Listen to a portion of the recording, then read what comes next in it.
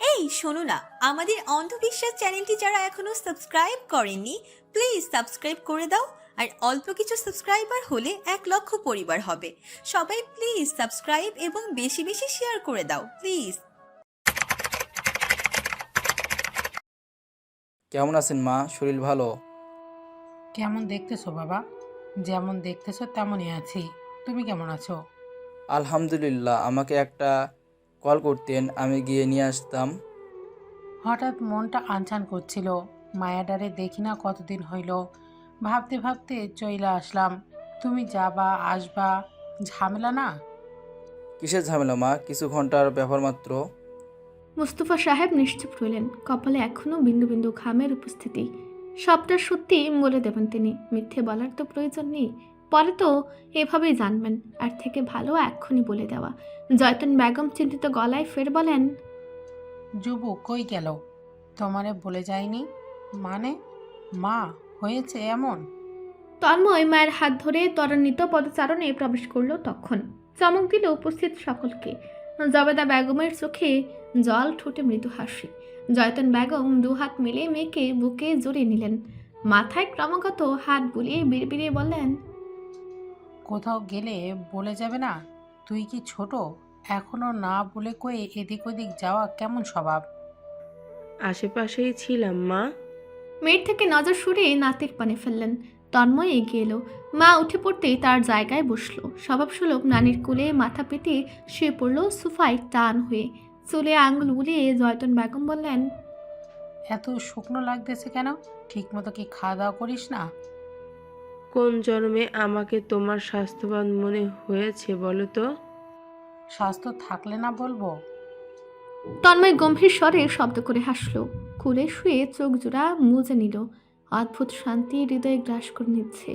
নিজের বাড়ির ঘ্রাণ বুঝি আলাদা, এই ঘ্রাণের স্বাদ আর কোথাও নেই। আপন বাড়িটা ছাড়া ও সময় সাবিহা দ্রুত পায়ে বাড়িতে প্রবেশ করলো। সে যাবে ছিল, চাচির কল পাওয়া মাত্রই চলে এসেছে। মা, ভাইয়া, নানি কাকে ধরে কাঁদবে সে? সবটাই স্বপ্ন লাগছে। শব্দ করে কেঁদে কেটে সাবিহা মা, ভাইয়া আর নানিকে একসাথে জাপটে ধরলো। জয়তন বেগম পড়লেন মহা চিন্তায়। এমনভাবে কাঁদতেছিস সে যেন যবু আর তন্ময় তোর সাথে থাকে না। ওদের প্রতিদিন দেখিস না। লিভিং রুম জুড়ে নিস্তব্ধতা বয়ে গেল। শব্দ করে হাসার সামান্য প্রয়াস চালায় সাবিহা। বোকার মতো বলে, তোমাকে দেখে ইমোশনাল হয়ে পড়লাম যে। তাই বল, মুখটা এইটুকানি হয়ে আছে। কোথায় ছিলি? ভার্সিটিতে বুঝি? হ্যাঁ হ্যাঁ, ঠিক ধরেছ। তন্ময় উঠে দাঁড়ালো সোফা ছেড়ে। মায়ের উদ্দেশ্যে বলল, নানিকে রুমে নিয়ে যাও, টায়ার্ড হয়ে আছে, বিশ্রামের প্রয়োজন। নিচতলাতে গেস্ট রুম পরিষ্কার করে ফেলেছে সুমিতা বেগম। সেই রুমের দিকে জয়তন বেগমকে নিয়ে যাচ্ছে সাবিহা আর জবেদা বেগম। মুস্তফা সাহেব এখনো দাঁড়িয়ে। তন্ময় তাকাতেই দুজনের চোখাচোখি হলো। ঠোঁটে ঘেঁষে আসতে চাওয়া হাসিটুকু গিলে নিল তন্ময়। গম্ভীর মুখে বাবার সাথে বেরোলো। দুজন গার্ডেনের দিকটায় হাঁটছে। হিমশীতল বাতাস স্পর্শ করছে। কালো রঙের কিছু চেয়ার পেতে একজোড়া টেবিল বসানো আছে। চা পানির জন্য শ্রেষ্ঠ জায়গা এটি। তন্ময়ের অভ্যাস ছিল অফিসের ফাইলস আর কফির মগ নিয়ে সাত সকালে এখানে বসা। রাত বিরাতে অফিস শেষ করে এসেও প্রায় সময় বসে থাকতো। তার দেখা দেখি মোস্তফা সাহেবও বিশ্রামের জন্য এখানেই বসতেন। একসাথে হলে বাপ ছেলে মিলেমিশে ব্যবসাজনিত আলাপ আলোচনা করত। আগের দিনগুলো ফিল্মের মতো তন্ময়ের চোখের মনিতে ভেসে উঠছে। বড় নিঃশ্বাসটি নিয়ে চেয়ারে বসলো। পায়ের উপর পা তুলে চারিপাশে নজর বোলালো। ওরও ছোট ছোট যে ফুল গাছগুলো লাগিয়েছিল সেগুলো এখন বড় হয়েছে। তন্ময় নিজেই তো এনে দিয়েছিল। মেয়েটা জান প্রাণ লাগিয়েছিল গাছগুলো বড় করতে। ওকে এখন ঘুমাচ্ছে, না হলে কোথায়? লিভিং রুমে তো দেখতে পায়নি, নিশ্চয়ই কিছুই জানে না। ভালো চমক দেওয়া যাবে। দৃষ্টি গার্ডেনে ঘুরে বাবার উপর পড়ল। মোস্তফা সাহেব চেয়ে আছেন। ওই দৃষ্টিতে মায়া, মমতা, স্নেহ মিশে আছে যেন। তন্ময়ের বুকের ভেতরটা মুচড়ে উঠল। নিজেকে স্বাভাবিক রাখার প্রচেষ্টা করলো। মুস্তফা সাহেবের কণ্ঠে গম্ভীরতা নেই। বাবার উপর রাগ করেছে। মুহূর্তে উঠে দাঁড়ালো তন্ময়। দ্রুত পা চালালো বাবার দিকে। মুস্তফা সাহেবও দাঁড়িয়ে পড়লেন। ছেলেকে বুকে নিতে প্রশান্তিতে বুক ভরে আসলো। চোখের কোণ ভিজে উঠল। তন্ময় বাবার পিঠে হাত বুলিয়ে বলে ওঠে, আমি কখনো রাগ করিনি বাবা। অভিমান তো করেছিলি, কষ্ট তো পেয়েছিস। আমি তোমার উপর কখনো অভিমান করতে পারিনি, পারবো না, কষ্টও পাইনি। পেতে দিলে কোথায় কষ্ট হবে ভেবে আগ বাড়িয়ে লুকিয়ে নিজেই তো সব কিছু গুছিয়ে দিলে। না হলে কে প্রথম ইন্টারভিউতে ম্যানেজমেন্টের জব পায়, তাও হাই স্যালারিতে? আমার বন্ধু বান্ধবদের কল করে বলেছো বলেই তো তারা এক ফ্ল্যাট প্রয়োজনীয় সব জিনিসপাতি উঠিয়ে দিয়ে গেছে। ওরা ওদের বলার প্রয়োজন ছিল না, ছেলেগুলো আগেই কেনাকাটা করে নিয়েছিল। সব কিছু ভাগ্য করে এমন ফ্রেন্ড পেয়েছিস। তন্ময় বাবাকে ছেড়ে দৃষ্টিতে দৃষ্টি রেখে বলল, আমি আমার জীবনে সব ভাগ্য করে পেয়েছি বাবা। কথাটুকু বলে থামে সে। নিঃশ্বাস নিয়ে পুনরায় নিজের চেয়ারে গিয়ে বসে পড়ল। পুরনো গাম্ভীর্যতা মুখশ্রীতে লেপ্টে বলল, তোমার বউ এনে দিয়েছি, তাকে মানানোর দায়িত্ব তোমার একার। নানি যেতেই মা যদি এসে আমায় বলে চলে যাব, আমি কিন্তু নিয়ে যাব। মোস্তফা সাহেবের বুকে তখনও ছিল এক সমুদ্র অনুভূতি, যেগুলো ছেলের কথিত বাক্যে গেলে নিতে বাধ্য হলেন। চোখ রাঙালেন। কার জন্য এসব হয়েছে? হ্যাঁ, ঝগড়া আমাদের কার জন্য লেগেছে? ঝগড়া লাগতে তো বলিনি আমি, যা চেয়েছি তা দিয়ে দিলে কাহিনী এত দূর এগোতো না। তর্ক এগোনোর ভাষা খুঁজে পেলেন না মোস্তফা সাহেব। তিনি ছেলের সঙ্গে যুক্তিতে কোনো কালেই পেরে ওঠেনি। অফিসে যখন মিটিংয়ে বসে তখন শেয়ার হোল্ডার থেকে চেয়ারম্যান সবাই উপস্থিত রয়। তাদের মধ্যে দাঁড়িয়ে যখন প্রেজেন্টেশন দেয় তার ছেলেটা, ওর কথার ধরন যুক্তির সামনে কেউই মুখ চালাতে পারে না। গর্ব হয় তখন, কিন্তু এখন তিনি চোখ রাঙালেন। সূর্যাস্তের সময় হয়েছে। হলদেটে আসমানের বুকে সূর্য অর্ধখণ্ডিত রূপ নিয়ে বসে। সন্ধ্যা লুকিয়ে রাত নামবে বলে ঘড়ির কাঁটা ঘুরছে 6টায়। তন্ময় সকলের থেকে ছাড়া পেল মাত্রই। দোতলায় চলে এলো তক্ষুনি। নিজের রুমের পাশের ঘরটার দরজা ভেড়ানো। সুমিতা বেগম থেকে শুনেছে ওরও ঘুমাচ্ছে। বিকেলবেলা ঘুমিয়েছে, এখন অব্দি ওঠেনি। তন্ময় নিজের রুমে প্রবেশ করলো। পরিপাটি পরিষ্কার পরিচ্ছন্ন করে রাখা, সে যেমন রেখে গিয়েছিল তেমনটাই। প্যান হোল্ডারটিও টেবিলের কর্নারে আছে আগের মতো। এগিয়ে জানালাটা খুলে দিল। পর্দা সরিয়ে দিতেই হিমশীতল বাতাস প্রবেশ করলো। অঙ্গ প্রত্যঙ্গে জড়ানো শার্ট খুলে বাথরুমে ছুটল। একটা গোসল নিয়ে বেরোলো। চুল মুছতে নিয়ে খেয়াল করলো দরজাটা হালকা শব্দহীন ভঙ্গিতে খুলছে। একটা মাথা চট করে ঢুকলো। মাথার মালিক দৃষ্টি উঠিয়ে তাকাতেই তন্ময়ের সঙ্গে দৃষ্টি আদান প্রদান হলো। অমনি মাথাটা তড়িৎ চলে গেল। তন্ময় নিঃশব্দে হাসলো। তোয়ালে চেয়ারে ছুঁড়ে দরজার দিকে এলো। দরজাটা খুলে দিতেই অরুকে দেখা গেল কফির মগ হাতে দাঁড়িয়ে। মুখ জুড়ে লেপ্টে মাত্রই ঘুম থেকে উঠেছি। তন্ময় হাত বাড়িয়ে ওর ফুলা গাল টেনে দিল। কফির মগ নিজের হাতে নিয়ে শুধালো, লুকোচুরি করছিস কেন? অরু হাসে। দেখছিলাম কখন এসেছেন। ঘন্টা। আমাকে ডাকলেন না যে? কেন ডাকবো? অরুর চোখ দুটা ছোট হলো। মেয়ে যাওয়া গলায় বলল, আমি তো অপেক্ষায় ছিলাম এই দিনের। তন্ময় শুনেও শুনল না। কফিতে চুমুক বসে ভেতরে চলে গেল। ওর সাথে কথাবার্তা না বাড়ানোই শ্রেয়। কথা বাড়ানো আর নিজের ধৈর্যের পরীক্ষা নেওয়া একই বিষয় দাঁড়াচ্ছে। এভাবেও সেদিনকার চুমুটা তার মস্তিষ্ক দখল করে আছে। নয়ন যুগলে ফিল্মের ন্যায় ভেসে ওঠে। ভেতরের শয়তান গর্জন করে বলে, তন্ময় তুই চুমুটা খা, তোরই তো অরু, ছুঁয়ে দিলেই কি হবে? নিজের মানুষকে ছোঁয়া, চুমু খাওয়া তোর একান্ত কর্তব্য। তন্ময় ভাবে ধৈর্যের পরীক্ষা তার অরু নেয় নাকি হৃদয় মস্তিষ্ক। তিনটি সমানভাবে অপরাধী। অরু পিছু পিছু ভেতরে এলো। মুখশ্রী জুড়ে আনন্দ উচ্ছ্বাস, গলার স্বরে একরাশ আশা। আজ থেকে আমি পড়তে আসি তাহলে? দীপ্ত আসবে? তন্ময়ের বলতে ইচ্ছে করলো, তুই পড়বি নাকি ভ্যাবলার মতো আমাকে দেখবি? আর আমি তোকে পড়াবো নাকি তোকে দেখবো, কোনটা? বাক্যগুলো গিলে নিয়ে মাথা দোলায়। অমনি ওরু ছুটে বেরিয়ে যায়। তন্ময় ফাইলসগুলো দেখতে বসলো। এসব মুস্তফা সাহেব দিয়ে গেছেন। কাল থেকে নিজেদের অফিসে যাওয়ার আদেশ আছে। আদেশ না করলেও তন্ময় নিজেদের অফিসে যেত। দীপ্ত ব্যাগ নিয়ে ঢুকলো। কুকড়া চুলগুলোতে ছুটি বাঁধা। তন্ময়কে ঝাপটে ধরলো ছুটে গিয়ে। ফাইল টেবিলে রেখে তন্ময় ওকে খুলে তুলল। আমার চ্যাম্পের পড়াশোনার কি অবস্থা? First class. তুমি তো জানো আমি best. I am proud of you. ওরও কিছু বইপত্র বুকে জড়িয়ে ঢুকলো। আর আমি? তন্ময় দীপ্তকে কোল হতে নামায়, আবারও ফাইল হাতে নেয়। তুই কি?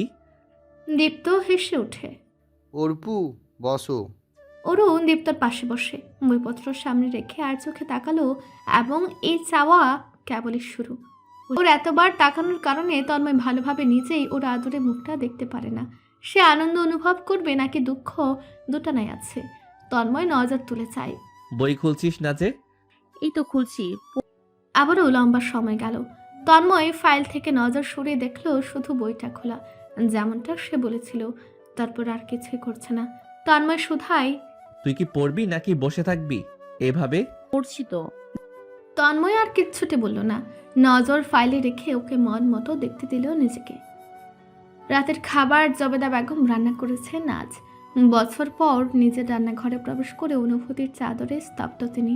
মনের মাধুরী মিশিয়ে অনেক রকমের রান্না করেছেন। রান্নাঘর, ডাইনিং, লিভিং রুম জুড়ে ঘ্রাণে চারিপাশ মম করছে। ডাইনিংয়ে খাবার পরিবেশন হতেই সকলেই নিজেদের চেয়ারে বসলো। তন্ময় বসেছে পরপর, অরু বসলো পাশে। ব্যস্ত হাতে তন্ময়ের কাচের প্লেটটা উল্টে দিল। কাচের গ্লাস, কাচের পানির জগ এগিয়ে দিল। তন্ময় খেয়াল করলো সাবিহা আর রবি মিটিমিটি হাসছে, অথচ যাকে নিয়ে হাসছে তার কোনো মাথা ব্যথা নেই। তন্ময়ের তখনকার কথাগুলো ভালো প্রভাব ফেলেছে মুস্তফা সাহেবের উপর। তিনি খেতে বসে সব কিছুর জন্যই স্ত্রীকে ডাকছেন, এটা দাও, ওটা দাও, রান্না ভালো হয়েছে, ইত্যাদি ইত্যাদি। লজ্জায় জবেদা বেগমের মুখশ্রী লালচে গরম হয়ে উঠেছে। মাথা তুলে তাকানোর সাহসটুকু অবশিষ্ট নেই। বাচ্চা কাচ্চা ভর্তি ডাইনিংয়ে এমন করার কোনো মানে আছে? খাওয়া দাওয়ার পর্ব চুকিয়ে ওর সবাইকে ছাদে নেওয়ার বায়না ধরল। কতদিন একসাথে হয়নি তারা। আজ যেহেতু হয়েছে ছাদে আড্ডা দিবে, কারোরই আপত্তি নেই। উল্টো সাবিহা এক পায়ে রাজি। রবি, সাবিহা, আকাশ, দীপ্ত ওরা ছাদের সিঁড়ি বাইছে তোড়তড়িয়ে। ওরও নয়ন যুগলের পাপড়ে ঝাপটে তন্ময়ের পানি চাইলেও শুধালো, যাবেন না? যা আসছি। আসুন তাহলে, তাড়াতাড়ি আসবেন। কি তন্ময় গেল জয়তন বেগমকে তার রুমে রেখে এসে। সে যখন ছাদে উঠেছে তখন ওরু সবাইকে গোল করে বসিয়ে গল্পের আসর জমিয়েছে। খেয়াল করলো অয়নও আছে। কাছাকাছি হতেই অয়ন উঠে দাঁড়ালো, হেসে বলল, আর যাবে না তো ভাই? না। যাক, তাহলে আমাদের আগের মতো দেখা হবে। একসাথে কফি খাই না, বছর হতে চলল। তন্ময় হাসলো। সেদিন না দাঁড়িয়ে চা খেলাম? এখনো নাকি?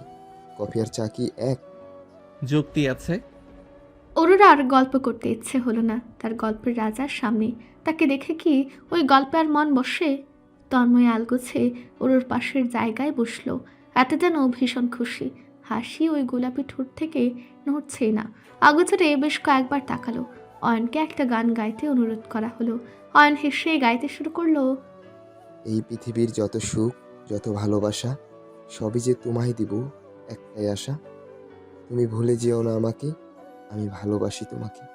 তন্ময়ের গানটা পছন্দ হলো, মন দিয়ে শুনছিল। খেয়াল করে শুনলো পাশে ওরও ধীর গলায় গাইছে।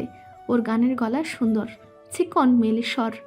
যখন বলল, আমি ভালোবাসি তোমাকে, তন্ময়ের হৃদয় ব্যাকুল হয়। সেটাই ভালোবাসার আন্দোলন চলে। জানালাটা পরিপূর্ণভাবেই খোলা। শুভ্র রঙের পর্দাগুলো উদাসীন উঠছে, ভিজছে। ইলশে গড়ে বৃষ্টি হচ্ছে রাত থেকে। ঝিরে ঝিরে গড়ে গড়ে বৃষ্টির ধারার সঙ্গে রয়েছে হিমশীতল আবহাওয়া। বৃষ্টির ফোঁটা হাওয়ায় ভেসে জানালা পেরিয়ে ভেতরে প্রবেশ করছে। ফোঁটাগুলো যেন মার্বেলের ফ্লোরে পড়ে টিপ টিপ শব্দ তুলছে। দেয়াল ঘড়িতে ঘন্টার কাঁটা ঘুরছে সকাল 8:00 কাঁটা ঠিক 10-এ। বাড়িটা এখনো আধারে নিমজ্জিত। মনে হচ্ছে সন্ধ্যা পেরিয়ে রাত নামবে বলে। তন্ময়ের তন্দ্রার গভীরতা বেশ পাতলা। বৃষ্টির ক্ষীণ ধ্বনিতে সে আধো ঘুমে রয়েছে। মস্তিষ্ক পৈপৈ শুনছে বর্ষণের অস্পষ্ট নৃত্য। শরীরের প্রত্যেকটি অঙ্গ প্রত্যঙ্গ অলসতার চাদরে লেপ্টে। শান্ত, স্থির এবং উদাসীন নয়ন যুগল একবার চাইল জানালার দিকটায়। জানালায় ঝুলে আছে 3টি ফুলের টব। অলকানন্দা, স্পাইডার লিলি আর বকুল, সবে ফুল ফুটতে ধরেছে। সেসব সতেজ হয়ে আছে বৃষ্টির ছোঁয়াতে। চকচক করছে সবুজ রঙা পাতাগুলো। ফুল টুলের প্রতি তন্ময় অযথায় নির্লিপ্ত। ওদের যত্নে রাখার, সময় করে পানি দেওয়ার আগ্রহ কোথায় তার? এগুলো সচরাচর ওরই করে থাকে। ওর ফুলের প্রতি রয়েছে ভীষণ উত্তেজনা, অত্যাধিক প্রবণতা। তাদের বাগানের ফুল গোলের সেবা যত্ন ওই করে থাকে। সকাল বিকেল প্রায়শই ওকে দেখা যায় বাগানে। অনেক প্রকারের ফুলের মাঝে ওকেও দেখতে লাগে একটি জীবন্ত ফুল, যে ফুলটি তার আশেপাশে সর্বদা ঝকঝক করে বেড়ায়, মৌমাছিদের মতো। কোনো একটা স্পেসিফিক ফুলের সঙ্গে ওর তুলনা করা যায় না। এক এক রজনীতে ও এক এক রকমের ফুলের মতো দেখতে। ধ্বনির শূন্যতা বজায় রেখে কক্ষের দরজাটা খোলা হলো। জাবেদা বেগম ঢুকলেন নীরবে। অত্যন্ত ধীরে সুস্থে চরণ পড়ছে ফ্লোরের বুকে। যদি শব্দে ঘুম ভাঙে ছেলেটার, তবে বিছানায় চাইতেই দেখলাম তন্ময়কে চোখ মেলে তারই পানে চেয়ে থাকতে। মুহূর্তে আঁটো হলো বদন। পরপরই চমকিত তিনি উচ্চ কণ্ঠে হেসে শুধালেন, ঘুম ভেঙেছে তাহলে আমার রাজপুত্রের? জাবেদা বেগম বিছানার কাছাকাছি আসতেই তন্ময় হাত বাড়িয়ে মায়ের নরম হাতটা টেনে ধরল। বিছানায় অবলীলায় বসে নিজের অগোছালো উগ্র চুলের মাথাটা কুলে রাখলো অযত্নে। স্নেহরূপে হেসে মমতাময়ী হাতটা ছেলের চুলে রাখলেন জাবেদা বেগম। ডান হাতের আঙ্গুলগুলো ব্যস্ত হলো ছেলেটা ছোট চুলগুলো আদরের শক্তিতে টেনে দিতে। আনমনে বললেন, তোর বাবা এখনো সকালের নাস্তা করেনি, লিভিং রুমে বসে আছে। ছেলের সঙ্গে নাস্তা করবে বলে অবশ্য মুখে বলেনি। এসব কি আর বলতে হয়? তার মুখ দেখেই বলতে পারি আমি। ক্ষণিকের জন্য চোখ বুঝেছিল তন্ময়। মায়ের উক্তি শুনে চোখ মেলে মায়ের মুখপানে যায়। চেয়ে থেকে অন্যমনস্ক কণ্ঠে শুধায়, বাহ, আমার মুখখানা ভালোভাবে দেখ, দেখে বল তো আমি কি ভাবছি। তন্ময় উত্তর আশা করেনি, এভাবেই বলল। তবে তাকে অবাকের চূড়ান্তে ফেলে জাবেদা বেগম না ভেবে চটপটে জবাব দিলেন, নিশ্চয়ই অরুর কথা। এমন উত্তর তন্ময় আশা করেনি, স্বপ্নেও নয়। অপ্রত্যাশিত জবাব কর্ণকুহরে পৌঁছাতেই দু দফায় কেশে ওঠে সে। কাশিটুকু যেন মাথায় চড়ে বসেছে। জাবেদা বেগম হতভম্ব হন। চটজলদি ডান হাত বাড়ান ছেলের পিঠের দিকটায়। ছোট ছোট চর বসাতে লাগলেন। অতি সাবধানতাজনিত কণ্ঠে শুধিয়ে বসেন, কি রে বাবা, আমি কি আন্দাজি সঠিক কাছে ঢিল ছুড়লাম? তন্ময় কিংকর্ত বিমূঢ়। আখি জগল ছেড়ে মনে দুটো বেরিয়ে আসবার উপক্রম হয়েছে প্রায়। গলাটা শব্দ করে পরিষ্কার করলো, উঠে বসলো অতি দ্রুত। চুরের ন্যায় দৃষ্টি এদিক ওদিক ফেললো। মায়ের সঙ্গে চোখাচোখি না করে জানালো, তেমন কিছু না, আমার তো তেমন কিছুই মনে হচ্ছে আব্বা। তন্ময় মায়ের সঙ্গে তর্কে পারবে না, আর নাইবা পারবে যুক্তিতে। তবু অস্বীকার করতে যাচ্ছিল। পূর্বেই খোলা দরজা দ্বারা ওর ঢুকতে ঢুকতে প্রফুল্ল হৃদয়ে উচ্চ কণ্ঠে বলল, কি মনে হচ্ছে বড় মা? কি? তন্ময় আর এক মিনিটও ওখানে থাকলো না। তড়িঘড়ি করে বিছানা ছেড়ে উঠে দাঁড়ালো। চপ্পল জোড়ায় পা গলে বাথরুমে ঢুকলো কলকল চরণে। অরুম বড় বড় চোখে দেখলো তন্ময়ের পালানো সুঠাম দেহখানা। নজর ফিরিয়ে প্রশ্ন ছুড়ল জাবেদা বেগমের পানে, হয়েছিল এখানে বড় মা? আমি কি কিছু মিস করে গেলাম? হ্যাঁ, মিস করেছিস। অরুর কণ্ঠে উতলতা। কি মিস করেছি আমাকে ঝটপট বলো। শোন তাহলে। শুনছি বলো তুমি। তুই ব্রেকফাস্ট মিস করেছিস, তাড়াতাড়ি নিচে আয় খেতে। জাবেদা বেগম বেরিয়ে এলেন। দরজা পেরোতে পেরোতে নিঃশব্দে হাসলেন আঁচলে ঠোঁট চেপে। ওরু বোকার মতো দাঁড়িয়ে রইল বেশ কিছুক্ষণ। তার সাথে এভাবে মজা নিল বড় মা। পারলো সে এমনটা করতে? এক্সপেকটেশন কতটা উঁচু তলায় উঠেছিল তা তো বড় মা জানতো না। জানলে এভাবে মজা কখনো করতো না। ওরু দেখলো বিছানাটা অগোছালো। চঞ্চল পায়ে সে নিজ ইচ্ছেতে গোছাতে শুরু করলো। গোছানো শেষে ফুলের টব দুটো দেখতে বসলো সময় নিয়ে। তখনই তন্ময় বেরোলো পরিপাটি পোশাকে, গলায় তোয়ালে ঝুলে। অরুর মুখশ্রীর এক পাশটায় চেয়ে প্রশ্ন করলো, খেয়েছিস? বারে, কেউই তো খাইনি। আমি কিভাবে একা একা খেতে বসি? বড় চাচ্চু না খেয়ে বসে আছেন, তাকে রেখে কেউ কি খাবার মুখে তুলবে? আর এভাবেও আজ ছুটির দিন, সাথে বাইরে বৃষ্টি, বড় মা খিচুড়ি পাকিয়েছে উইথ গরুর গোশত। একসাথে সবাই মিলেমিশে খেলে বেশি আনন্দ হবে। আচ্ছা চল। তোয়ালে চেয়ারে ছুঁড়ে রুম ছাড়লো তন্ময়। অরু তার পাশে সমানতালে হাঁটছে। ইতিমধ্যে লিভিং রুমে কমবেশ সবাই উপস্থিত। জয়তন বেগম গল্পের আসর বসেছেন। তার ছোট ছোট গল্পগুলো সব জাবেদা বেগমকে ঘিরে। মেয়ে তার কেমন চঞ্চল ছিল, কতটুকু দুষ্টমিতে মেতে থাকতো, সে সবই। তন্ময় বাবার পাশে বসলো। মুস্তফা সাহেব আর চোখে চাইলেন ছেলের দিকে, শুধালেন, আজ বেরোবো। বলতে পারছি না। সুফিয়ানের 55তম জন্মদিন সেলিব্রেট করা হবে। ইনভাইটেশন পাঠালো, যাওয়া উচিত, সাথে চলো। জাবেদা বেগমের ডাক পড়তে বাবা ছেলের আলোচনাটুকু ডাইনিংয়ে চলে এলো। খাওয়া দাওয়ার ফাঁকে ফাঁকে তাদের কথাবার্তা চলল। মাঝে মধ্যে আনোয়ার রহির সাহেবও দু চারটে মতামত তুলে ধরেন। খাওয়া শেষে টিস্যু হাতে তন্ময় বাবার সাথে উঠে পড়ে। পাশাপাশি হেঁটে অগ্রসর হয় সদর দরজার দিকটায়। ঝিরে ঝিরে বৃষ্টি এখন ঝুম বৃষ্টিতে পরিণত হয়েছে। সবুজ বর্ণ বাগানে অপূর্বতা আছে। আনোয়ার সাহেব বড় ভাইয়ের পাশে এসে দাঁড়ালেন। ভাইয়া, ওরও ড্রাইভিং শিখতে চাচ্ছিল। মোস্তফা সাহেবের কপালের চামড়ায় 4-5 দৃশ্যগত ভাঁজ পড়ল। শেখা অবশ্যই ভালো, আর একটু বড় হোক না, তারা কিসের, এতটুকু মেয়ে, ও অনার্সটা শেষ করুক, ভর্তি করে দেব নিয়ে। তখন আশরাফুলের ছেলের ড্রাইভিং ইনস্টিটিউট আছে বললেই হবে। আর এভাবে টুকটাক শিখতে চাইলে তন্ময়, আকাশ ওরা তো আছেই, শিখবে, ওদের থাকে ধারণা আসবে ভালো। আনোয়ার সাহেব হঠাৎ হাসেন, বলেন, নিয়ে আমার বড় হয়ে গিয়েছে। বড় কোন দিক দিয়ে? এতটুকু মেয়ে আমাদের, এখনো বাড়ির এদিক ওদিক কেঁদে বেড়াই। শব্দ করে হাসে আনোয়ার সাহেব। ভাইয়া, আপনার আলমের কথা মনে আছে? ওর ছেলে মেঘ এবার অনার্স ফাইনাল ইয়ারে। পড়াশোনার পাশাপাশি আলমের বিজনেসও সামলাচ্ছে। ওর জন্য আলম সেদিন অরুকে চাইল। পাশে দাঁড়ানো ছেলের মুখপানে মোস্তফা সাহেব আল গুছিয়ে চেয়ে নিলেন একটিবার।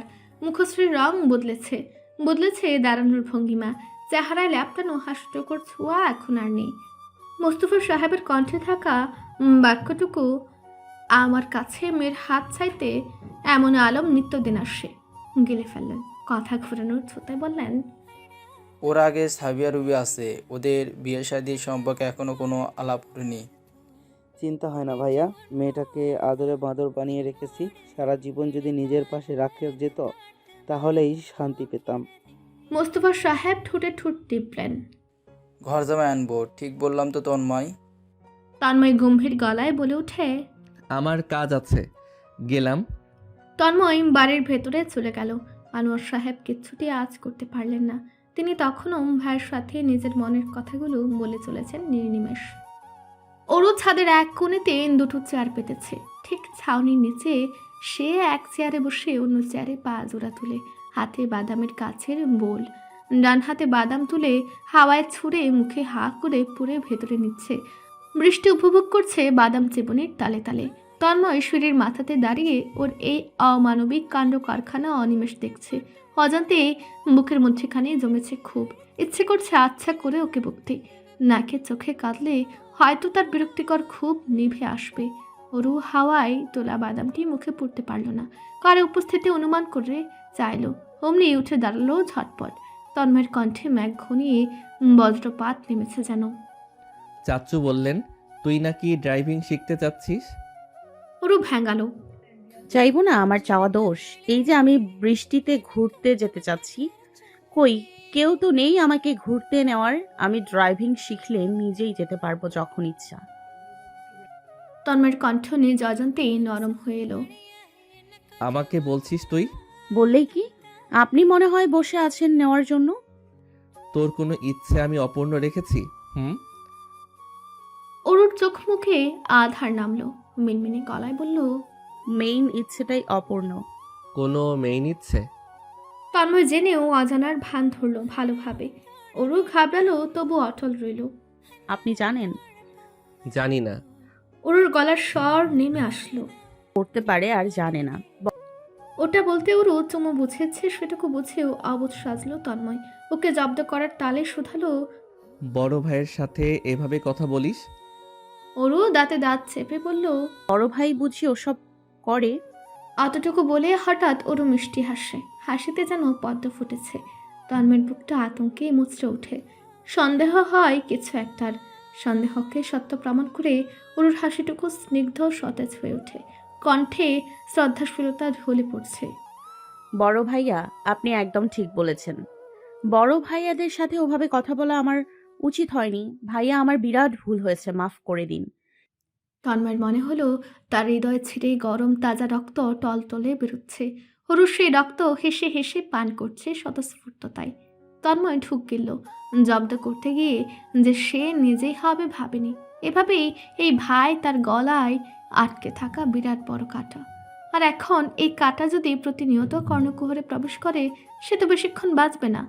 সে হাসার প্রচেষ্টা করল সামান্য। আমি জানি আমি কি হই তোর, বারবার বলার প্রয়োজন নেই তো। কি যে বলেন না বড় ভাইয়া, এসব শ্রদ্ধা শ্রদ্ধা। আমি রেডি হয়ে গিয়ে বেরোবো তো, তাই না?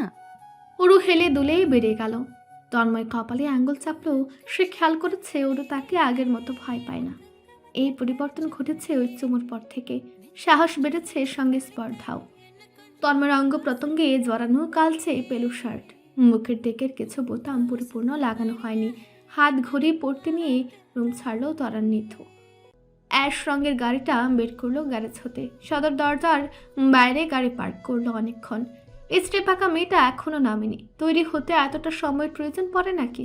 অবশ্য মেয়ে মানুষ মানে সাধ্য সাধনামূলক সময় ব্যয়। গুনে গুনে 20 মিনিট পর নেমেছে, তাও সাদা পাজামা সেট পরে। বৃষ্টির দিন ওর সাদা কাপড় চোপড় পরা নিয়ে যেই নিষেধাজ্ঞা সে দিয়েছিল তাকে ভুলে বসেছে। ভুলেছে বলেই তো সাহস করেছে। যদি ভুলবশত ভিজে তাহলে পরিস্থিতি কেমন দাঁড়াবে? ওর দরজা খুলে তন্ময়ের পাশে বসলো। হেসে হেসে বলতে নিচ্ছিল, বড় ভাইয়া। চুপ। তন্ময় গম্ভীর কণ্ঠে ধমকে ওঠে। বড় ভাইয়া ডেকে ডেকে বিস্বাদ করে তুলেছে তার রুহু। ওদিকে ধমকটুকুর ওর অন্তরাত্মা নিতে পারল না। অভিমানে ঝলসে গেল বুকের ভেতরটা। গাল ফলে অন্য পাশে মুখ পেতে থাকলো। জানালার কাজটা নামালো পরপর। আসমানে এক গুচ্ছ কালো মেঘ। সকালবেলার বাইরেটা সন্ধ্যার ন্যায় আধারের ভাব। ঝুমঝুমিয়ে নামছে বর্ষা। মুহূর্তে এক ঝাঁক বর্ষণ পুটলা পুটলি বেঁধে ওর কোলে এসে বসলো। হাওয়ায় বৃষ্টির এক একটি ফোঁটা মিলেমিশে তোড়জোড়ে ভেজে দিল তাকে দৃশ্যমান রূপে। বজ্রপাতের তুমুল শব্দ হলো। আশেপাশে কোথাও হয়তো বজ্রপাত পড়েছে। সুরেল আওয়াজে স্থির চিত্তে বর্ষণ হয়ে যাচ্ছে। থামাথামির নাম ধাম নেই বললেই চলছে। তন্ময়ের নয়নজগল বেহায়ার মতো উড়তে চলে গেল। ফোঁটা জলে ভেজা গোলাপি ওষ্ঠদয় দেখতেই বুকটা ছ্যাদ করে উঠল। ডান হাতে হুইল ধরে বা হাতে চটপট ওরুর পাশের কাজটা উঠিয়ে দিল বিনা বাক্যে। গাড়ির ভেতরে এমন নিস্তব্ধতা শোভামান। বৃষ্টির শব্দ আর কর্ণঘরে প্রবেশ করছে না। গাড়ির সামনের গ্লাসে ব্যস্ত হয়ে আছে রেইন উইপার্স। ক্ষণে ক্ষণে সেটি বৃষ্টি মুছছে। তন্ময় আর চোখে চাইল ওরুর দিকে। মুখখানা ভার করে চেয়ে আছে কাচের পানি। কাজ তুলে দেওয়াটাও পছন্দ হয়নি হয়তো। না হোক, সব কিছু কি ওর মর্জি মোতাবেক চলবে নাকি? তবে পর মুহূর্তেই মনটা খচখচ করে উঠল। ধমকটুকু দেয়া তার ঠিক হয়নি। ইচ্ছে করছে কাজটা নামিয়ে দিয়ে ওকে নিয়ে যেচ্ছেতে ভিজতে দিতে। আবার ভিজলে ওর সর্দি লাগবে, জ্বর হওয়ার সম্ভাবনাও থাকছে। দুটানায় পড়া হৃদয়টা লুকিয়ে তন্ময় সাধারণ গলায় শোধালো, কোথায় যেতে ইচ্ছে হচ্ছে? লন্ডন। ওরুর ট্যারা মন জবাবেও তন্ময়ের কণ্ঠে স্বর সমুদ্রের শান্ত স্রোতের ন্যায় শোনালো। এই সপ্তাহে কিংবা মাসে তো সম্ভব না, পরে ভেবে দেখব। এর আগে শুনলাম হাতির ঝিল যেতে চাচ্ছিলি, সেদিকে যাচ্ছি তাহলে। ওরও মুখ ভাঙালো। ঠিক আছে বড় ভাইয়া। তন্ময় চুপসে গেল। ম্যাকজমলো মুখশ্রীতে। যেও ঠিকঠাক বড় ভাইয়ার সম্বোধনটি তার হজম হলো না। হজম না হওয়ার কারণ অবশ্যই রয়েছে। ও কখনো ঠিকঠাক তন্ময় ভাইটুকুও বলতো না, আপনা আপনি বলেই ডেকে যেত। আর এখন উঠতে বসতে বড় ভাইয়ার সম্বোধন সে কিভাবে প্যাটের ভেতর চালান করবে? মাটন খেয়ে কেউ কি আর চিকেন পছন্দ করবে? তন্ময়ের চেহারায় দৃশ্যগত হয়েছে অপছন্দ নামক শব্দটি। ওরও নিশ্চয়ই বুঝে নিয়েছে, না হলে বারংবার কেন বলে যাবে? শেয়ানা মেয়েটা তাকে বিরক্তির চরম পর্যায়ে নিতে যাচ্ছে। কিছুক্ষণ খামোশ থেকে তন্ময় অনড় কণ্ঠে বলে, নর্মালি কথা বল। নর্মালি কথা বলছি বড় ভাইয়া, এর থেকে নর্মাল কথাবার্তা হয় বলে আমার জানা নেই। তন্ময়ের কণ্ঠ নেমে আসলো। শেখাবো। ওর হৃদয় তড়িৎ কৌশলে স্তব্ধ হয়। দৃষ্টি হয় ছন্ন ছাড়া, এলোমেলো। আখি পাতায় ভেসে এলো মাওয়া ঘাটের ঘটে যাওয়া দৃশ্যটুকু। ওই উষ্ঠদয় তার উষ্ঠ ছোঁয়ার পূর্বে বলেছিল, ভয় সারাবো। বুকের ওঠা নামার গতি বেগতিক হলো ওরুর। ঘুরে গেল জানালার দিকে। তন্ময় হাস্যের শব্দহীনতা বজায় রেখে ঠোঁটের নিচ অংশটুকু দাঁতে চেপে কোন চোখে চাই। ওরও ভুলবশত তার দিকে তাকাচ্ছে না। বেশ কাবু হয়েছে। নির্লজ্জের মতো তার অমন কথাটা বলা উচিত হয়। মুখ কি আর উচিত অনুচিত ভেবে চলে? যা হৃদয়ে আসে তাই মুখে। ওভারব্রিজের রাস্তাটা ধরতেই গাড়ির গতি কমালো তন্ময়। কাজটা নামিয়ে দিল দুপাশ থেকেই। আসুক বৃষ্টি, ভিজে দিক সর্বস্ব। ওরু এবার নড়চড়ে ওঠে। উষ্ঠ ঘেঁষেছে স্মিত হাসি। উপভোগ করছে হিমশীতল বাতাস, বৃষ্টির রিমঝিম শব্দ। হাতটা বের করে ঠান্ডা বৃষ্টির জল হাতের মুঠোতে জমাচ্ছে। তন্ময়ের চোখে হাস্যোজ্জ্বল অরুকে পরন্ত বিকেলের এক চিলতে রোদ লাগে, এক চিলতে আদর। মানুষজন বিহীন হাতের ঝিল এখন শান্ত স্থির চিত্তে মুজে। বৃষ্টির স্পর্শে আশপাশ ভেজাটে নতুন রূপে। তন্ময় ব্রিজের একপাশে থামালো গাড়িটা। ব্রিজের নিচে নদী ছুটেছে। মাথা ঘুরে তাকালো অরুর পানে। অরু তখনও বাইরে তাকিয়ে দেখছে। অদূরে দুজন কপট কপটের বৃষ্টিবিলাস। অন্যদের এত দেখার কি আছে? কি দেখছিস? অরু ফিরে তাকালো, এক পলক চেয়ে বলল, বাইরে বৃষ্টি। ওয়েদার ঠান্ডা, বাতাসও ছেড়েছে। বৃষ্টির এক একটা ফোঁটা ঠান্ডা। ভেজার দরকার নেই, ঠান্ডা লাগবে আর জ্বর তো মাস্ট। আচ্ছা, ভিজবো না, তবে ঘুরবো, ঠিক আছে? অরুর এখনই ঠান্ডা অনুভব হচ্ছে, গায়ে কাটা দিয়ে উঠছে। ভিজলে কেঁপে কেঁপে অস্থির হবে সর্বাঙ্গ। না ভেজাই উত্তম হবে বলে মনে করলো। তন্ময় বেশিক্ষণ সেখানে গাড়ি থামিয়ে রাখলো না। কিছুক্ষণ থেকেই পুনরায় গাড়ি চলতে শুরু করলো। উল্টো পথ ধরে এগোচ্ছে এবার। পরদিন রাতে জয়তুন বেগম রাতের খাবার সেরে সবাইকে লিভিং রুমে উপস্থিত হতে বলেন। তিনি চাচ্ছেন মেয়ে জামাই নাতি পুতিদের নিজের সঙ্গে সিলেটে নিতে। একটু ঘুরে ফিরে না হয়ে আসবে সবাই। সে কত বছর পূর্বে একবার গিয়েছিল। শাশুড়ি মায়ের আবদার ফেলতে পারছিলেন না মোস্তফা সাহেব। আবার সে পুরোপুরিভাবে ব্যস্তও আছেন। তাও তিনি ভাবার সময় নিলেন। আড়ালে আবডালে বাড়ির অন্য সদস্যদের সাথে আলাপ আলোচনা করতে এলেন। অরুদীপ্ত, সাবিহা, রুবি ওরা এক পায়ে রাজি। যাবে, পারছে না এক্ষুনি ব্যাগপত্র গুছিয়ে বেরিয়ে পড়তে।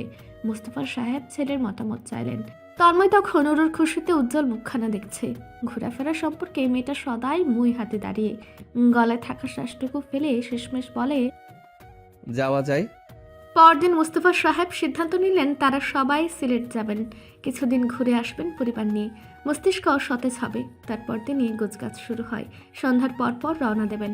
তন্ময় অফিসে ছিল সেদিন। কাজকর্ম যতটুকু পেরেছে গুছিয়ে ফিরেছে। ইতিমধ্যে সকলে তৈরি হয়ে নিজস্ব লাগেজ হাতে লিভিং রুমে দাঁড়িয়ে। তার জন্য যত অপেক্ষা সবার। তন্ময় দ্রুত ফ্রেশন আপ হতে উপরে ওঠে। নিজের রুমে ফিরতে ফিরতে শার্টের হাতার বোতাম খুলতে ধরেছে। দু হাতার বোতাম খুলে হাত বাড়ায় বুকের দিকে সবগুলো বোতাম খুলতে। ঘরে ঢুকতে ঢুকতে অঙ্গ প্রত্যঙ্গ ল্যাপটানো শার্ট পরিপূর্ণভাবে খুলে নিয়েছে। হঠাৎ পদচারণ স্তব্ধ হয়। দৃষ্টি থাকে অরুতে। অরু দাঁড়িয়ে তার কাভার্ডের সামনে, হাতে সাদাটে রঙের শার্ট ভাঁজ করে লাগেজে গুছাচ্ছিল। ও নিজে পরিপাটিভাবে তৈরি। সাজগোজ করেছে সামান্য, চুলগুলো আধখোলা বেনুনিতে বেঁধে এক কাঁধে ফেলে রেখেছে। আপাতত ওর দৃষ্টি তন্ময়ের উপর পড়ল। উষ্ঠদয়ের মাঝে সামান্য ফাঁক হয়ে গেল মুহূর্তেই। আঁখি দুটি বড়সড় আকারে রূপান্তরিত হলো। দৃষ্টি তন্ময়ের উন্মুক্ত বুকে নিবদ্ধ। তন্ময় সে সময় এক ভ্রু উঁচু করে চায়। লজ্জা জড়িত ওরও নজর ফিরিয়ে নেয়। অপ্রস্তুত সে হইচই ফেলে দ্রুত পদক্ষেপ ফেলে বেরিয়ে গেল। তন্ময় ওর যাওয়ার পথটা দেখে নিঃশব্দে হাসে। শার্ট বিছানায় ছুঁড়ে লাগেজের দিকে এগোয়। সবকিছুই পরিপাটি করে গোছানো। তাদের এই সিলেট ভ্রমণ পথ ছিল অতুলনীয় আনন্দের, বিশেষ কিছু মুহূর্তের। তন্ময় 24 ঘন্টায় ওরকে পাশে পেয়েছে, দেখেছে। তাদের আলাদাভাবে একান্তভাবে এক অনুভব প্রকাশের রীতিনীতি চলছিল যেন। সব ঠিকঠাক ছিল, একদম যেন মেঘের দেশে স্বপ্নের বাড়ি। তারপর হঠাৎ করে ওরও ভীষণ জ্বরে আক্রান্ত হলো। জ্বর ছুতেই ওর আঁখি দুটিতে ভর করে অন্যরকম চাউনি। যে চাউনিতে তন্ময় পরিচিত নয়। সে কখনো এই অন্যরকম ওরকে দেখেনি, জানেনি। বিষণ্ণতা ওর মুখশ্রীতে লেপটে। মনে হচ্ছে ওর ভেতরে বসবাস করা আদরে আত্মাটা আর নেই। ডাকলে শুনে না, কথাবার্তা বলে না। তন্ময় ওর এই রূপে চিন্তিত হয়, ব্যথিত হয়। হৃদয় জ্বলে পড়ে ছাড়খাড় হতে শুরু করে। ও সহ্য রকমের যন্ত্রণা তার সর্বাঙ্গ জুড়ে। তারপর হুট করে কাউকে কিচ্ছুটি না জানিয়ে ঢাকা ফিরে গেল 105 ডিগ্রি জ্বর নিয়ে। কেন এমন করলো? কি কারণ? তন্ময় কি অজান্তে ওকে কষ্ট দিয়েছে, নিরাশ করেছে? না হলে তার অরু এমন করার মেয়ে নয়। তন্ময় তখন দিশেহারা, পথভ্রম। মোস্তফা সাহেব ছেলের এমতাবস্থা দেখে অস্থির হন। কাজ ছুঁয়ে শোধান, কি হয়েছে আব্বা, এমন করতেছেন কেন? অরুর কি হয়েছে বাবা? ও চিন্তা হচ্ছে খুব। চলো আজই রওনা দেই। আমি গাড়ি রেডি করতে বলি, চিন্তা করো না। অত্যন্ত চিন্তিত মোস্তফা সাহেব বেরিয়ে পড়েন। আজই ঢাকা ফিরবেন সিদ্ধান্ত নেন। তন্ময় মাথা নুয়ে বসে রইল। চক্ষু দুটো লালছে। হাতে সেলফোন। 45টি কল ইতিমধ্যে দিয়েছে। 20-এর অধিক মেসেজ। একটা কলও রিসিভ হয়নি। মেসেজের কোনো জবাব আসেনি, উল্টো ফোন বন্ধ করে ফেলেছে। তন্ময়ের চোয়াল শক্ত হয়, হাতের ফোনটা আছড়ে ফেলে ফ্লোরে। ভেঙে চুরে লণ্ডভণ্ড হয় ফোনটি, দাঁতে দাঁত পিষে বিড়বিড়িয়ে ওঠে। এই কাহিনীর উপযুক্ত কারণ তুই দেখাতে না পারলে তোকে আমি খেয়ে ফেলবো, জাস্ট খেয়ে ফেলবো। তন্ময় নির্ভূত নয়, বরঞ্চ বলা যায় জ্ঞানী মানুষে, যার রীতিমতো ম্যাথামেটিক্স পছন্দের সাবজেক্ট ছিল, যে সারাদিন কষে কষে অঙ্কের এক একটি সূত্র মনে রেখে অঙ্কের মিলন ঘটাতো, যার হায়ার ম্যাথামেটিক্সে সর্বোচ্চ নাম্বার উঠত। অবশ্যই সে বুঝে নিয়েছে অরুর বিদ্বেষী হৃদয়, না হলে তার অরু এমন কেন করবে? এহেন আচরণ অরুর পার্সোনালিটিতে নেই। সে বৈরাগী হবে, তবু তন্ময় থেকে কিঞ্চিত দূরত্বে যেতে রাজি নয়। তাহলে কি এমন ঘটলো যার কারণ ধরে এতটা দূর এগিয়েছে? এ যাত্রায় মোস্তফা সাহেব ফিরলেন গাড়ির বন্দোবস্ত করে। পুত্রের চিন্তিত মুখমণ্ডল দেখে দীর্ঘশ্বাস ফেলেন, মস্তিষ্কের জটিলতার দড়ি খুলতে বলেন, রাতের খাবার খাবে আয়, বেরোবো কিছুক্ষণের মধ্যেই। তন্ময়ের কণ্ঠ চমৎকার দৃঢ় শোনালো। শুনুন বাবা, আপনি আমাকে দু হাতে গলা টিপে মেরে ফেলুন, তারপর সব শান্তি। আপনিও চরম শান্তি পাবেন, স্ফূর্তিতে আমোদে ঘুমাবেন। কথাটুকু শেষ করে আর এক মুহূর্ত দাঁড়ালো না, হনহনি বেরিয়ে গেল। পুত্রের এহেন কার্যকলাপে বাক্যে মোস্তফা সাহেবের পিতা নামক অনুশোচনাকারী হৃদয়টা এবার চুপসে এইটুকুন হয়ে গেল। সরল মুখটুকু নীতি এলো। পুত্রের আপনি সম্বোধন জানান দিচ্ছে আজ তাদের পিতা পুত্রের মধ্যে ভয়াবহ যুদ্ধ নামক সংঘর্ষ হবে। পুত্র তার রেগে ম্যাগে অস্থির এক প্রকার। এখানে মোস্তফা সাহেবের দোষ কোথায়? সে শুধু চেয়েছে সারাটি জীবন যেন তাদের পুরো পরিবারের সম্পর্ক অনড় রয়, কোনো ভাঙন যেন ছুঁতে না পারে। এতটুকু চেয়েই তো পুত্রের নিকট আবদার রেখেছে অরুর চারিপাশে না ঘুরতে। অরুটা ছোট, অবুঝ, এখন হয়তো ওর তন্ময়কে পছন্দ, বুঝদার হয়ে যদি পছন্দ না হলো, বয়সের ব্যবধানে দুজনের বোঝা পোড়াতে যদি কমতি রয়ে যায়, তখন কি হবে? বিয়ে দিয়ে তারপর যদি বিয়েটা না টেকে, শুধু ওদের সম্পর্ক নয়, সঙ্গে তার যত্নে গড়ে তোলা সংসারখানা চুরমার হয়ে যাবে। তারপর সে জানে না ছোট ভাইয়ের মতামত, কন্যার মাতা হিসেবে সুমিতা বেগমেরও তো সম্মতি প্রয়োজন। সেক্ষেত্রে মোস্তফা সাহেব এখনই অনুভব করতে পারছেন সুমিতা বেগম খুব করে চাচ্ছে নিজ ভাইয়ের ছেলের হাতে অরুকে তুলে দিতে। অবশ্য সেটা তিনি কখনোই হতে দেবেন না, বেঁচে থাকতে তো নয়। এ যাত্রায় এসে খুব করে বুঝে নিয়েছেন পুত্রের অনুভূতি। অরুকে না পেলে পুত্র তার সন্ন্যাসী হয়ে উঠবে নিশ্চিত। আর যাই হোক, মোস্তফা সাহেব নিজের একমাত্র পুত্র হারাতে চান না। ধীরে সুস্থে সব হাতের মুঠোয় আনবেন তিনি। পূর্বে অরুটা একটু বড় হোক, মেয়েটা বড্ড ছোট। তার মেয়ে সাবিহা এই বয়সে এসে পড়াশোনা চালাচ্ছে স্বাধীনভাবে, এখনও নিজ মেয়ের বিয়ে-শাদীর কথা ভাবছেন না। তাহলে তিনি কোন মুখ নিয়ে ছোট ভাইয়ের সম্মুখে ওর ওইটুকুনি মেয়েটাকে চাইবেন? লজ্জাবোধ বলতে তো তার কিছু আছে নাকি? সে তো নিজ পুত্রের মতো পাতলা চেহারার নন। খাওয়া দাওয়া বড় দূরের বিষয়, তন্ময় কাপড় চোপড়ও পরিবর্তন করেনি, সেভাবে ড্রাইভিংয়ে বসেছে। একে একে সকলে উঠে বসতেই গাড়ি ছেড়েছে। সম্পূর্ণ রাস্তা খামোশ রূপে রইল, মুখে একটু শব্দও করেনি। বসবার ভঙ্গিমা এতগুলো ঘন্টায় একবারও পরিবর্তন হয়নি, না হয়েছে নড়চড়। গাড়িটিও এক মুহূর্তের জন্য থামেনি, এক নাগারে ছুটেছে অহর্নিশ। মোস্তফা সাহেব উদাস, হতাশ। ওদিকে স্ত্রী তার সব কিছু থেকে অবুঝ, কি সুন্দরভাবে বেশ আমোদে ঘুমিয়ে চলেছে। আহারে, মোস্তফা সাহেবের নিজের জন্য নিজের ভালো ধরনের মায়া হলো। তখনও সূর্যোদয় হয়ে ওঠেনি, আধারে আধারে হাফ হাফ। পাখিদের উড়ে উড়ে না হলেও কিচির মিচিরের ধ্বনি কর্ণকুহরে প্রবেশ করছে। সবেমাত্র গাড়িটা এসে পৌঁছালো শাহজাহান বাড়ির দোরগোড়াতে। নীরবতা ছিন্ন ভিন্ন করে উচ্চ শব্দে সদর দরজা পেরিয়ে ভেতরে চলে গেল। গাড়ি থামতে দেরি, তন্ময়ের নামতে নয়।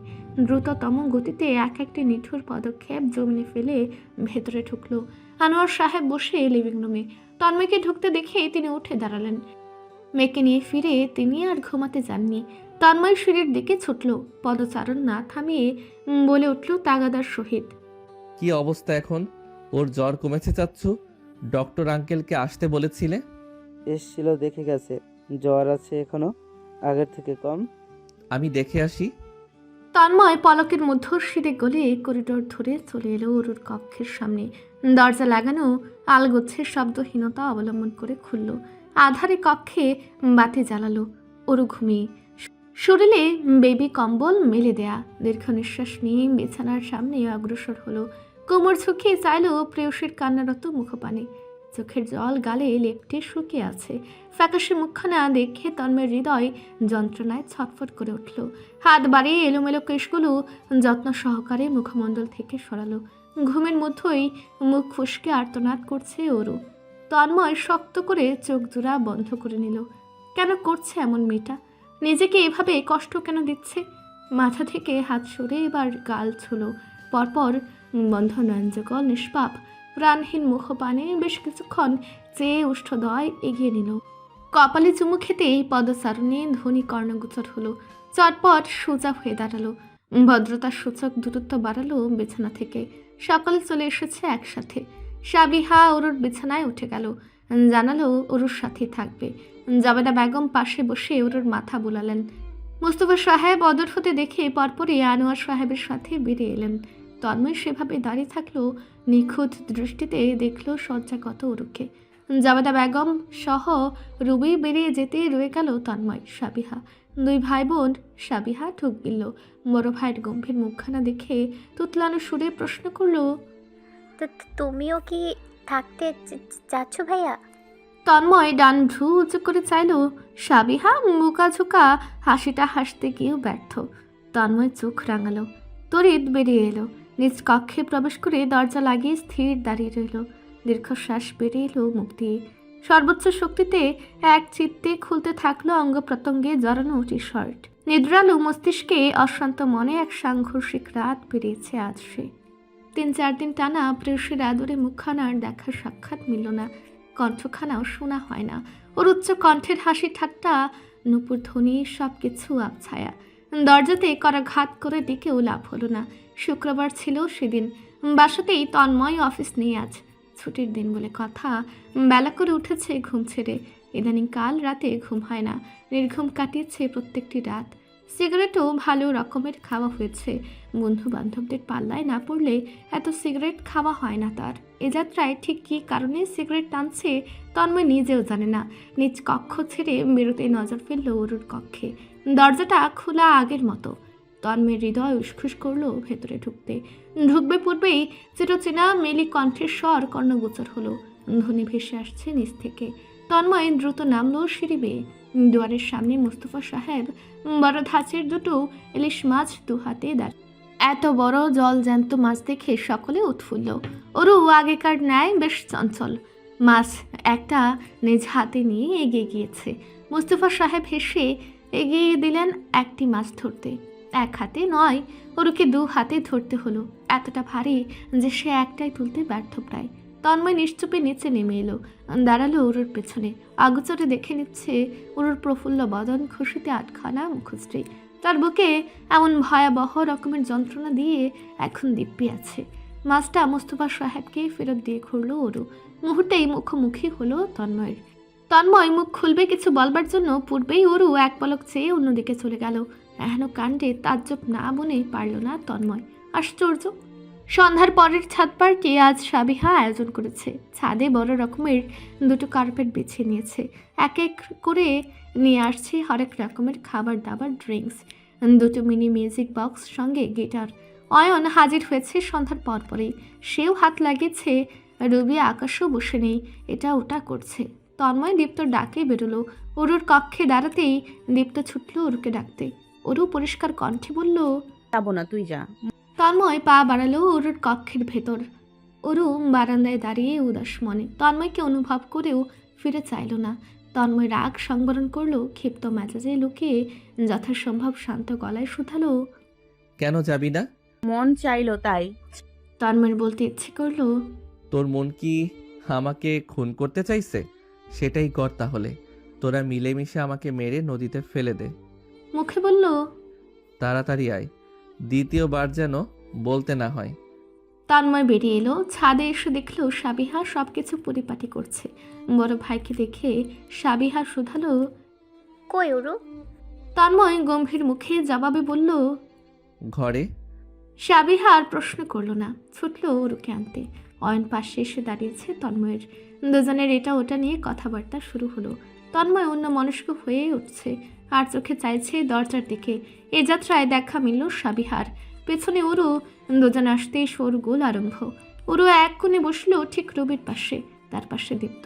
তন্ময় বসেছে আকাশ অয়নের পাশে। সে সকলের কীর্তি কলাপ দেখছে, মনে হলেও আর চোখে ধ্যান জ্ঞান একজনেতেই সীমাবদ্ধ।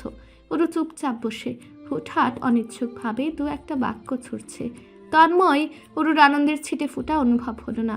দুজনেই অন্য দেশে বিরাজ করছে। অয়ন মুখে জিজ্ঞেসও করে নিয়েছে আজ ওরুর কি হলো। ওরু কোনো মতে হেসে বলেছে শরীর খারাপ, ব্যাস এতটুকুই। রাত 9টা পর্যন্ত গান বাজনা হলো, আরও ঘন্টা খানিক চলতো, তবে বাধা হলেন মুস্তফা সাহেব।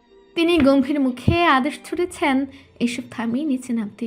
ওরু যেন তাই চাচ্ছিল। মুস্তফা সাহেবের সঙ্গেই নেমে গেল চলচলতি। দৃশ্যমান রূপে আধার নামলো তন্ময় সুদর্শন মুখমণ্ডল জুড়ে। সাবিহা এ যাত্রায় আর নিশ্চুপ রইতে পারল না। সকলে নিচে নামলেও সে দাঁড়িয়ে থাকলো। অগ্রসর হলো একা দাঁড়িয়ে থাকা বড় ভাইয়ের দিকে।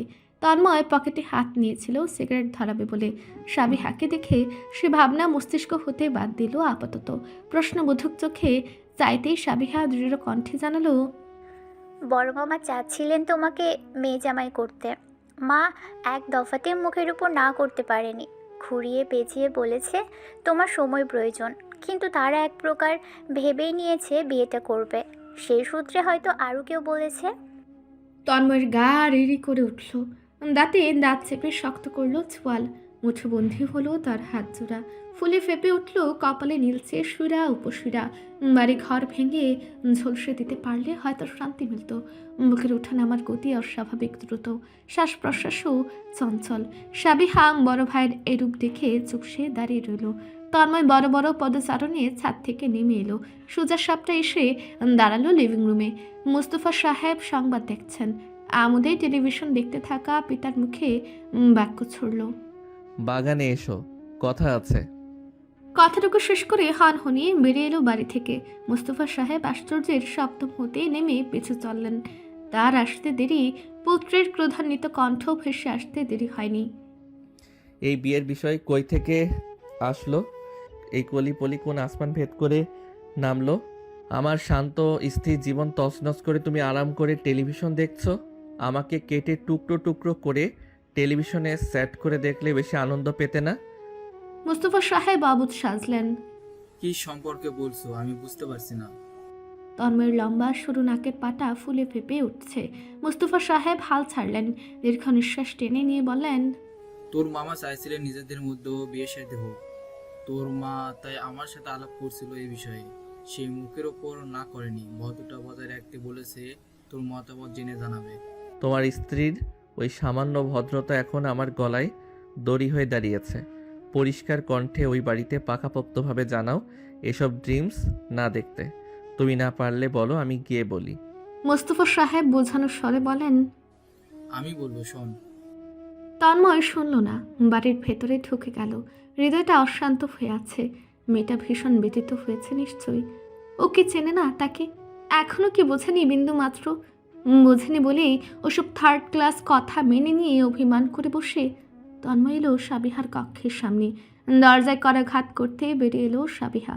তন্ময় বলল, মেঘ ডাকছে, বৃষ্টি হবে। ছাদে মিউজিক বক্স দুটো রয়ে গেছে। ওরুকি গিয়ে বল এক্ষুনি নিয়ে আসতে, ভিজে যেতে পারে। সাবিহা বিহব্বল না হয়ে পারল না। তার দুষ্টমি ভঙ্গিতে বলতে ইচ্ছে করলো, তুমি গিয়ে নিয়ে এসো, অথবা আমি গিয়ে নিয়ে আসি। ওরুকেই কেন যেতে হবে? তবে তা প্রকাশ করা অসম্ভব। মনে থাকা বাক্যগুলো মনেতেই রেখে দিল। চুপসে মাথা দুলায় কোনো মতে। তন্ময় চলে গেল অন্যদিকে। সাবিহা লুকিয়ে হাসল। ঘুরে ফিরে ভাই তার নিশ্চিত ছাদে যাবে। আষাঢ় মাস, অর্থাৎ এই ধবধবে নীলা সাদাটে আসমান ফের পর মুহূর্তে মেঘলাটে হয়ে নামে অঝরে বর্ষণ। রাত্রির এক প্রহরে হয়তো অর্ধখণ্ডিত চাঁদের উদয়ন ঘটে। সে চাঁদ কালো মেঘে ঢেকে যেতে সময় নেয় মিনিট খানেক। আজ ভর সন্ধ্যাতে ফকফকে পরিষ্কার আকাশের দেখা মিলেছিল। এই মুহূর্তে কালো কালো মেঘে ঢাকা পরিপূর্ণ আসমান। বজ্রপাত পড়ছে উচ্চ ধ্বনি তুলে। এহেন ধ্বনিতে খোলা আসমানের নিচে দাঁড়ালে সর্বাঙ্গ কেঁপে ওঠা সাধারণ বিষয়। সেক্ষেত্রে ধরা যায় তন্ময় ভিন্ন বটে। তার না কাঁপছে শরীর, আর না বুকের ভেতরটা। বেশ সাবলীল দাঁড়ানোর ভঙ্গিমা। দাঁড়িয়েছে ছাদের এক কোণ ঘেঁষে। বৃষ্টি অদূরে ছাদের দরজায়, যেন অদৃশ্য কোনো হিসেব নিকেশের ছন্দপতন ঘটাচ্ছে। ফিনফিনে পাতলা আলোতে চারপাশটা আধারে। এ যাত্রায় বড় ধাঁচের 1 ফোঁটা তীক্ষ্ণ বৃষ্টি পড়ল ডান হাতের উপর। পরপর একের পর এক পড়তে থাকলো, জানান দিচ্ছে ঝুম বর্ষণে মাতাল হবে পৃথিবী ক্ষণিকের মাঝে। এই মুহূর্তে নিস্তব্ধতা ভেঙে ভেসে এলো নূপুর ধ্বনি। কর্ণগোচর হতে হেসে ওঠে তন্ময়। আধারে মিলিয়ে যেতে কর্নারের দিকটায় এগুলো। ওর উঠে এসেছে ছুটে, এদিক ওদিক ছুটছে ছাদের প্রান্তরে। মিউজিক বক্স কোথায়? সে তো মিউজিক বক্সের জ অবধি দেখছে না আশেপাশে। পরিষ্কার পরিচ্ছন্ন খোলামেলা ছাদ। আধারে হলেও তো সে এতটা অন্ধ নয় যে মিউজিক বক্স দেখতে পাবে না। আশ্চর্য! পই করে সাবিহা বলেছে বক্স দুটো যত্ন সহকারে নিয়ে আসতে। ওরও আরও 2-3টে ঘুরপাক দিতে চাইল। সে চাওয়া পূরণ ধারায় এক পর্যায়ে মানব ছায়া দেখে চমকে ওঠে। ভয় শিরা উপশিরা বেঘাম ছুটে। চিৎকার দেবার পূর্বে দেখতে পায় মানব ছায়ার মুখমণ্ডল। তন্ময় এগিয়ে আসছে। ওরও যেন 1 সেকেন্ডও ভাবল না। পূর্বেই পা জোড়া কাজ শুরু করে দিয়েছে নিজ গতিতে। পালাবে ভাব। ছুটন্ত ওরুকে ধরতে পলকও ফেলতে হয়নি তন্ময়ের। এতটুকু মেয়ে একটা। তন্ময়ের মতো বড় বড় দুটো পায়ের মালিকের সঙ্গে পারার কথা নাকি? ওরও ঘাবড়ালো না, পূর্বের ন্যায় লজ্জিত কিংবা চমকালো না। উল্টো বড় বড় নয়ন যুগল ছোট করে কপালে ভাঁজ ফেলে চোখ রাঙালো। দারুণ তো! তন্ময়ের মনে হলো ওর চোখ রাঙানো এক অন্যরকম আর্ট, ভিন্ন রকমের স্বাদ। কি তেজস্বিনী রূপ! এরূপ সে পূর্বে দেখেছে বলে মনে হচ্ছে না। ওর কণ্ঠেরও চমৎকার পরিবর্তন হলো। কণ্ঠে যেন ক্রোধ ঝর্ণাধারা ঝরছে। ছাড়ুন। ওর কাঠখুট্টা কথাটুকুতে তন্ময়ের দুপাশের ঠোঁটের কোণ প্রসারিত হতে চাচ্ছে, তবে সেটা এখন করা যাবে না। তার গাম্ভীর্যতার ইমেজ ভেঙে চূর্ণ বিচূর্ণ হয়ে ফ্লোরে গড়াগড়ি খাবে। তখন ওরটা আর ভয় পাবে না। ওকে হাতে রাখার কৌশল হচ্ছে তার এই গম্ভীর মুখটা। সেই গম্ভীর মুখটায় ভ্রুদয় উঠিয়ে বলল, কথা আছে, দাঁড়া সামনে। শুনবো না। জবাবটা যেন জিহ্বাতে রাখা ছিল অরুর। হাতটাও ছাড়ানোর প্রয়াস সে কম করছে না। তাতে কি নিত্য ব্যায়াম করা তন্ময়ের শক্তির সঙ্গে আদতেও পারবে? প্রশ্নই আসে না। বিন্দুমাত্র সুযোগ নেই সেটার।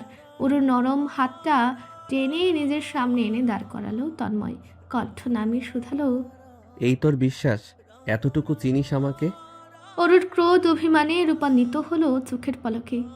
একটি নিঃশ্বাসে পূর্বে শুকনো মুখটুকুতে বিচিত্রিত অমাবস্যাজনিত ম্যাঘ জমল মুহূর্তেই। পলক ফেলল অন্য পাশে চেয়ে।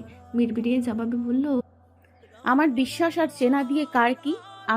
তন্ময় মাথা নুয়ে ফেলল অরুর মাথা বরাবর।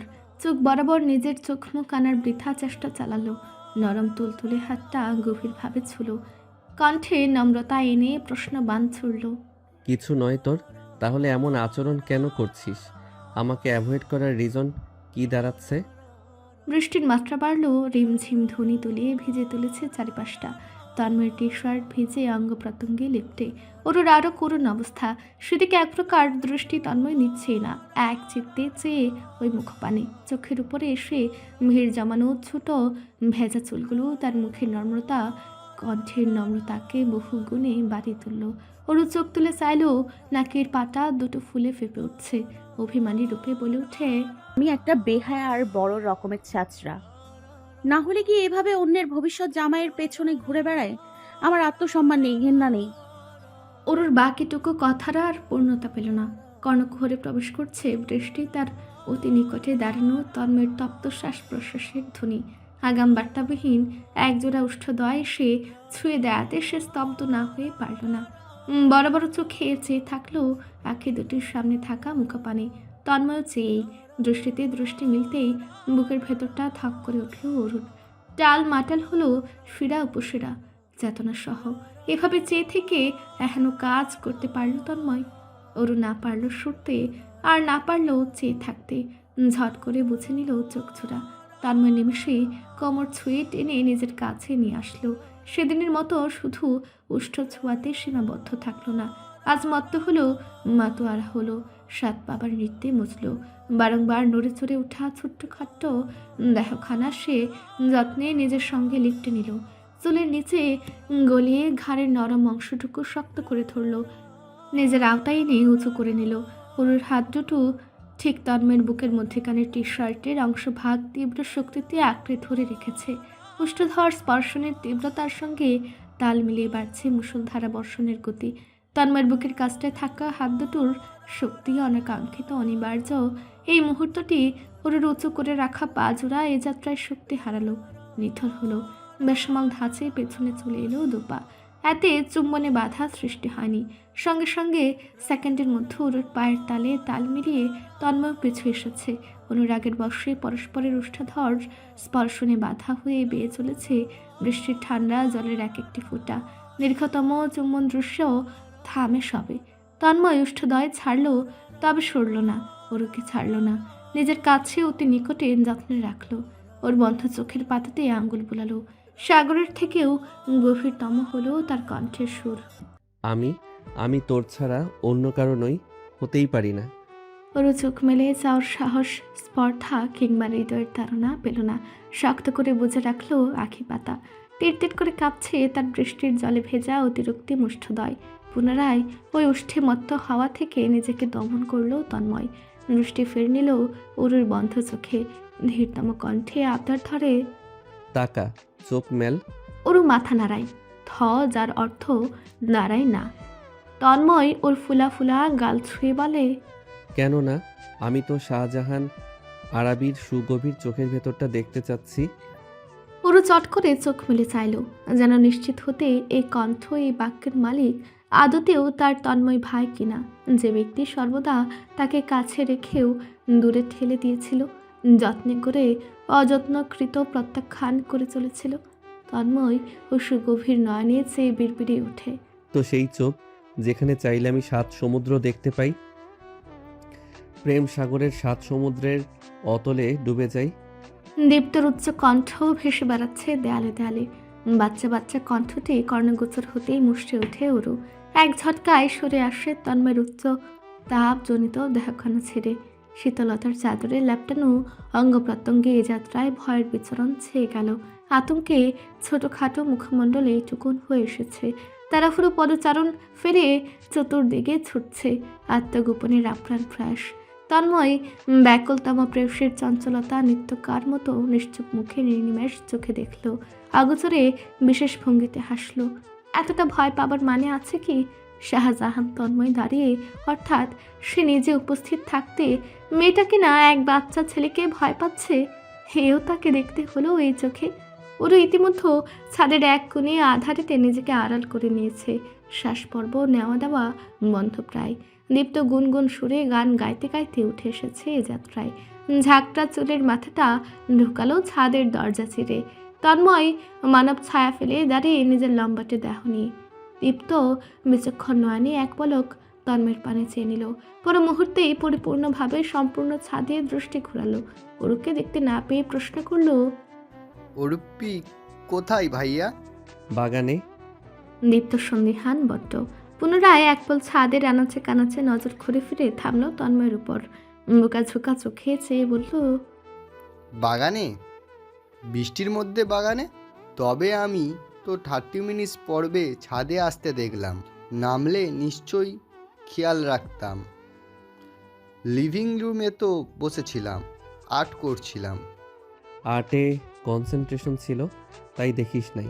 দীপ্ত বয়স্ক বৃদ্ধার মতো হিসেব নিকেশ করে ভাবলো, বোঝার ন্যায় মাথাটা দোলালো, নাক দিয়ে ধ্বনি তুলল। হতে পারে, এক্ষুনি চাচুকে গিয়ে জানাচ্ছি। ওরুপি বৃষ্টিতে ভিজছে। দেবে বোকা, বেশ হবে তখন। জ্বর বাঁধলে বুঝবে ঠেলা। দীপ্ত যেন এই সুযোগটিকে হাতে নাতে ধরতে চাইছে। বেচার দিতে তৎক্ষণাৎ ছুটে চলে গিয়েছে। তন্ময় ঘুরে তাকায় ওরুর আত্মগোপনের জায়গাটিতে। অন্ধকারে দেখতে চায় মেয়েটার মুখের এক একটি পরিবর্তন। ওরু বেরিয়ে এলো তক্ষুনি। আরে আরে দুবার চাইলেও তন্ময়ের মুখপানে। নিশ্চুপ নিস্তব্ধ আঁখে দুটির ঘন ঘন পাপড়ির ঝাপটে নিচ্ছে। উষ্ঠতে উষ্ঠ চেপে রেখেছে নিবিড়ভাবে। তন্ময় এগুলো ওর দিকে দুপা এক পা ফেলে অগ্রসর হচ্ছে। ওরু চেঁচালো এই মুহূর্তে। ধরফরে ওঠা বুকখানা চেপে বলল, আমাকে ডাকা হচ্ছে? বলে সে দৌড় লাগালো।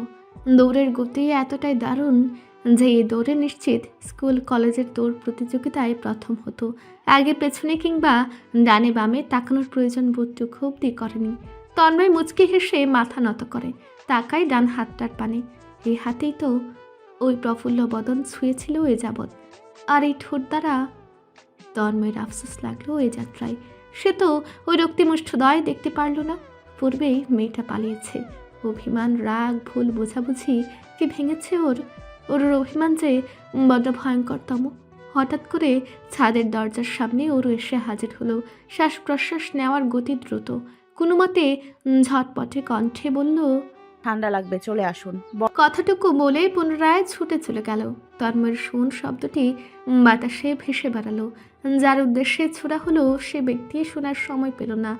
তন্ময় আরেক দফায় হাসল, স্বস্তির দীর্ঘশ্বাস ফেলল। যাক, প্রেয়সীর অভিমান ভেঙেছে তাহলে। নিয়মিত ভালোবাসার গল্প শুনতে এবং পড়তে আমাদের অন্ধবিশ্বাস চ্যানেলটি সাবস্ক্রাইব করে পাশে থাকা বেল আইকনটি ক্লিক করুন। ধন্যবাদ সবাইকে।